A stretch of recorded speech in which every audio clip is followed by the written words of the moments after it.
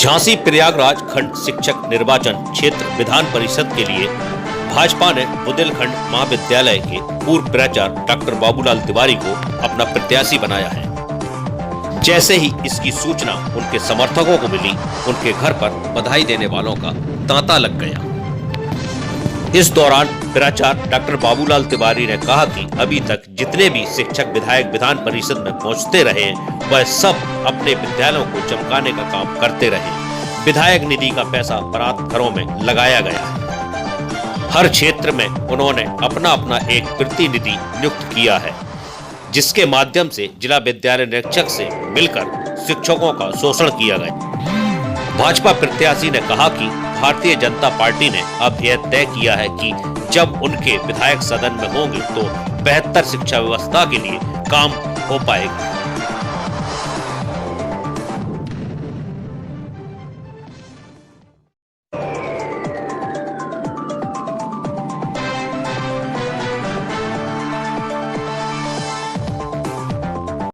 Tiwari ji, ticket मिला है, चुनाव लड़ने जा रहे हैं, क्या मुद्दे शिक्षकों के खास हैं? देखिए, शिक्षकों के मुद्दे यह हैं कि पूरा क्षेत्र का शिक्षक, इस कॉन्स्टिट्यूएंसी का शिक्षक, जो जिसको शिक्षक निर्वाचन खंड का शिक्षक कहेंगे, बहुत परेशान है।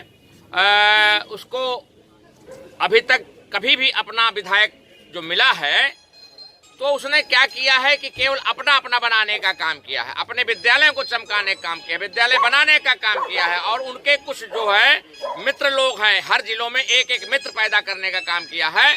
उन्होंने अपने बारात घर बनाए हैं, अपने विद्यालय बनाए हैं और शिक्षकों का DIO से मिलकर के शोषण करने का काम किया गया है। अब यह भारतीय जनता पार्टी ने तय किया था कि शिक्षक क्षेत्र में उतर करके हम लोग अपने प्रत्याशी जिताएंगे और शिक्षा क्षेत्र में व्याप्त इस भ्रष्टाचार को समाप्त करने का काम करेंगे। नहीं तो शिक्षा व्यवस्था को सुचारू रखने का काम तो सरकार का ही है, भाजपा की सरकार है। जी जी बिल्कुल। तो नहीं, अभी हमारी बात जो है, जो आप कह रहे हैं बिल्कुल ठीक है, लेकिन MLC अभी तक तो शिक्षक गुट के और विशेषकर के माध्यम शिक्षक गुट के MLC हुआ करते थे। वो सरकार पर दबाव बनाने का काम करते थे कि उनके मन का काम होना चाहिए। अब जब सरकार के MLC होंगे तब सरकार को विधान परिषद में किसी प्रकार की कमी नहीं रहेगी और जो सरकार राष्ट्र हित में, शिक्षक हित में, छात्र हित में जो शिक्षा चाहती है वो शिक्षा लागू की जाएगी। तिवारी जी, आप बुंदेलखंड की लड़ाई लड़ते रहे हो, बुंदेलखंड से आज तक कहीं कोई भी विधान परिषद में नहीं पहुंच पाया, क्या वजह मानते हैं? बुंदेलखंड में शिक्षकों में जागरूकता की कमी है या यहाँ पे जनप्रतिनिधित्व इतना मजबूत नहीं है? समय आता है, हर चीज का समय आता है। आज समय आया और भारतीय जनता पार्टी ने प्रत्याशी देने का काम किया। सफलता ईश्वर के हाथ में है। सर, जैसा कि आपने कहा कि अभी तक जो MLC रहे हैं वो सरकार पे दबाव बनाने का काम करते रहे और अपना काम करवाते रहे हैं, तो इसमें पुरानी पेंशन भी तो उनका अपना स्वार्थ ही था, इसमें फिर क्यों नहीं बहाल हो पाई वो? ऐसा है, पुरानी पेंशन को लागू करना नहीं चाहते थे, नहीं तो जिस समय पुरानी पेंशन लागू हुई थी उस समय इनका बहुमत था। ये पुरानी पेंशन को केवल मुद्दा बना करके रखना चाहते थे। अगर ये संघर्ष करते तो सड़क पर उतरना चाहिए था। सड़क पर उतरते तो कोई सरकार ऐसी नहीं थी जो उस समय इनको नकार सकती हो। सबसे ज्यादा मुद्दे उठ रहे हैं वित्त विहीन के। जी जी, आपका क्या मानना है? मैं वित्त विहीन के शिक्षकों के लिए, वित्त विहीन के विद्यालयों के लिए संघर्ष करूंगा।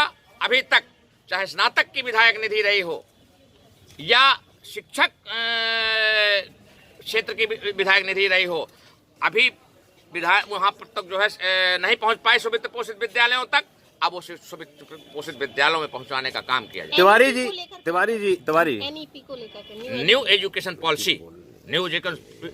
पॉलिसी जो है, यह बिल्कुल राष्ट्रीयता से ओतप्रोत नई शिक्षा नीति है जो विद्यार्थियों को, शिक्षकों को राष्ट्रभक्ति की प्रेरणा देगी, राष्ट्रीयता के प्रेरणा देगी और सबसे प्रथम राष्ट्र की प्रेरणा देगी। सबसे पहले राष्ट्र। आपको ये नहीं लगता कि हाई स्कूल की बोर्ड परीक्षा खत्म कर देने से शिक्षा पे प्रभाव पड़ेगा? नहीं, हाई स्कूल की बोर्ड परीक्षा तो अभी ऐसा नहीं है।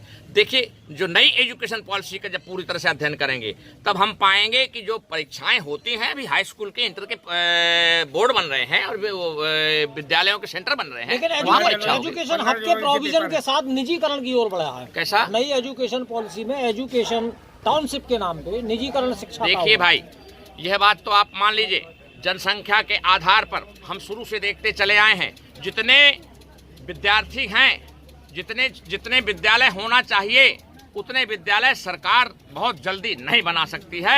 इसलिए शिक्षा क्षेत्र में स्ववित्त पोषित को उतारना बहुत जरूरी है, बहुत लाजमी। तिवारी जी, अभी आपने जैसे कहा कि प्रयास नहीं किया था पहले जो रहे हैं पुरानी पेंशन के लिए, तो अगर इस सरकार में भी नहीं हुआ तो आप अपनी सरकार के खिलाफ सड़कों पर उतरेंगे? नहीं, सरकार के खिलाफ उतरने की जरूरत नहीं है।